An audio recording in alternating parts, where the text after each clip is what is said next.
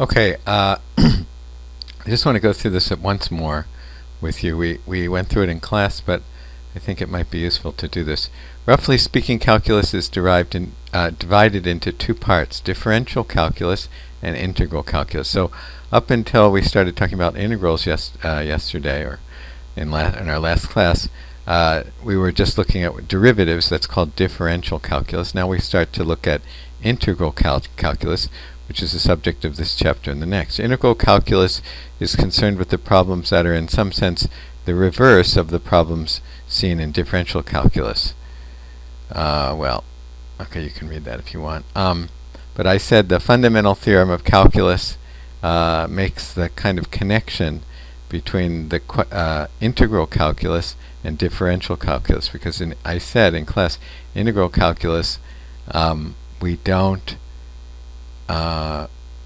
what did I say? Oh, we're looking for, it's a completely different problem than this was. This was the slope of a curve, or the slope of the tangent line to a curve, and this is the area under it. So it's not related. It doesn't seem like there's anything related. This is the area under a curve, and this is the slope of the tangent line of a curve. Seems like they have nothing to do with each other, but because of the so-called fundamental theorem of calculus, it says that we can, when we're looking for the area under a curve, we can use what I showed you in class. Which, remember, I said it was the punchline.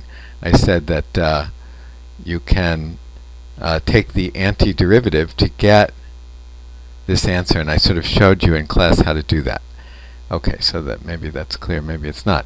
The indefinite integral, we used that word in class. And for example, what do we say here? So if I ask you what function has this derivative, the answer is x to the fourth, right? So right, if I take the derivative of this, I get this. Right? So the derivative of the one on the right is equal to the one on the left. Then we say the antiderivative of the one on the left is the one on the right. Okay, let me say it again. The derivative of the one on the right is the one on the left. The antiderivative of the one on the left is the one on the right. Okay, so they're just reverse, in a sense, processes. Okay, that's called the antiderivative, or it's also called the indefinite integral. Okay, so I'll say it that way. The indefinite integral of this is this. And remember how we did it? We talked about it in class. We said x to the fourth divided by 4, but then there's a multiplying by 4, so we do get this. Okay? And now they're using, let's see, the notation here. So they always use, for some reason, capital F. So, in other words, if this is little f, they use little f for this, then capital F is this. So capital F stands for the antiderivative, or the indefinite integral, either word. Okay? So capital F is the antiderivative, or the indefinite integral of this. Okay? So that always confuses me, but that's the notation they use.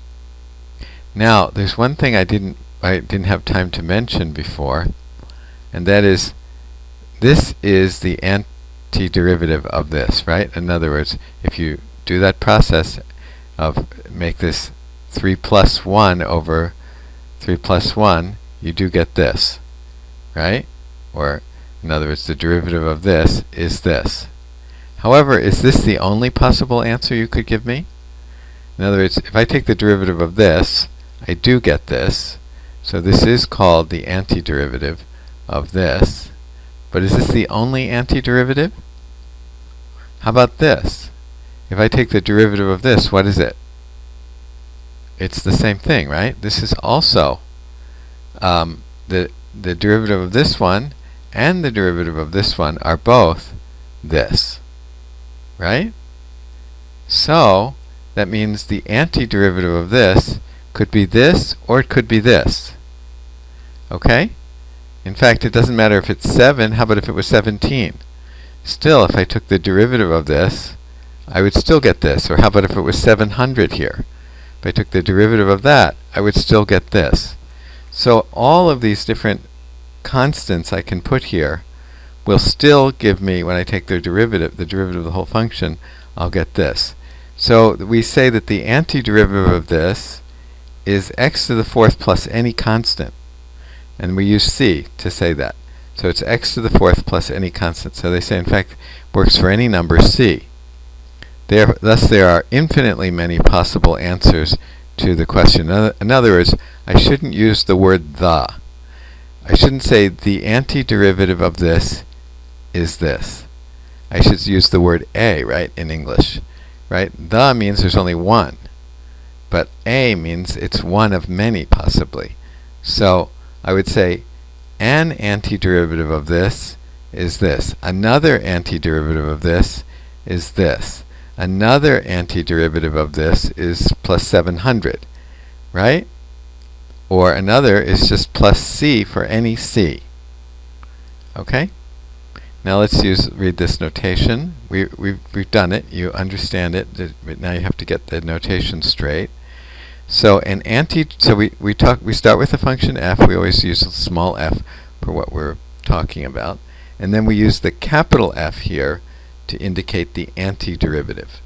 So in other words, what does that mean about capital F? It means that its derivative is small f. In other words, the derivative of capital F is small f. An antiderivative of a function f is a function capital F such that the derivative of f equals little f. And notice they did use the word an here, not the. Okay, and then all of these are examples. You can just look at them. You can pause the video and check. So now they restate it again. If the derivative of a is b, then what do we say? If the derivative of a is b, then a is the antiderivative of b, or the antiderivative of b is a, right? Now, actually, I never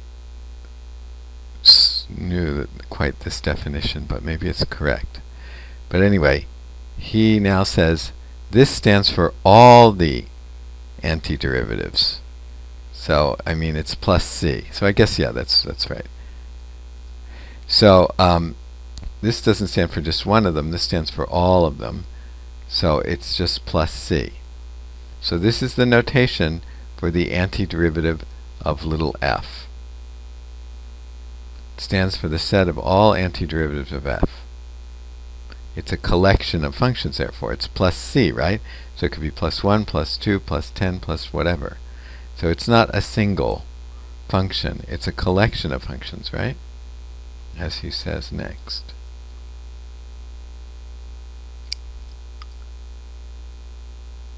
Okay. So in other words, the antiderivative of 2x is x squared. Not the antiderivative, right? Okay, so maybe there's a slight difference between the word antiderivative and indefinite integral, which I wasn't quite aware of. Okay, the indefinite integral means it's the whole collection. The antiderivative is just one of them. So the indefinite integral of this is not x squared plus 1, it's not x squared plus 2, it's the whole collection of them. So it's all of them. Okay, so that's a kind of small difference, subtle difference, but okay. One more thing. The function f here, or the function f here, that is being integrated, so we say this function is being integrated, we're not taking the derivative of it, we're integrating it, is called the integrand. So this function is called the integrand. This function is called the integrand. And x, so f is a function of some variable. So in this case it's x, in this case it's x. That is called the variable of integration. So 2x is called the integrand, and the variable x is called the variable of integration. So 4x cubed is the integrand, and x is the variable of integration. We're not using z, we're not using u, we're using x, we're not using t, we're using x. and the c is called the constant of integration. The constant of integration, c, reminds us that we can add any constant and get a different antiderivative. So you can read through the text now further on your own. And we did this. This is what we did in class. So here, this one is what? N is here. N is equal to 55, so it's n plus 1. So 55 plus 1 is 56, divided by n plus 1, divided by 56 plus c. Now, one thing I forgot to say in class is that this rule is good, except it doesn't apply when n is negative 1. So if this n is negative 1, you can't use this rule. It doesn't work. In fact, what happens when n is equal to negative 1 in this rule? You get 0 here, so it doesn't make sense anyway. But anyway, this rule does not apply when n equals negative 1, but in other cases it does. So read through this.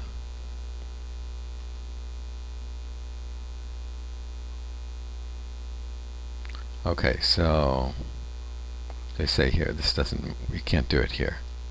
It turns out that this one, when n is equal to negative 1, is the natural log, ln. But we haven't studied this yet because I skipped over this and I have to come back to it. But you will need to know the natural log function, and then actually you will need to know this result as well, which is for n equals 1. It turns out that it's the natural log, and then it's actually the absolute value there. But okay, but we're not going to do that right now. Now this one, sum and difference rule. So if you have the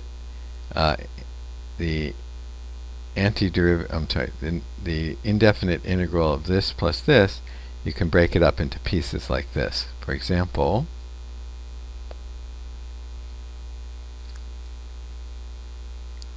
this one can be written like the first piece plus the second piece. But the first piece is what? Oh, then there's also this rule, sorry. This rule says you can bring the k outside. See, I brought the k. Here's the f is still inside, but I brought the k outside. So it's like the derivative. We can also bring the k outside of the derivative sign. So we get this one plus this one. Indefinite integral of that is the indefinite integral of the first part plus the indefinite integral of the second part. So then you just figure those out, and you get this, and don't forget the c. And here's one more where you're using the k rule. So here, the indefinite integral of this, we can take the 5 out, and so we get the indefinite integral of this, but you know how to do this one. It's x to the 4th over 4, so it's 5 times that. And then don't forget the c. Blah, blah, blah. Now this one we didn't do yet, so you don't have to do that.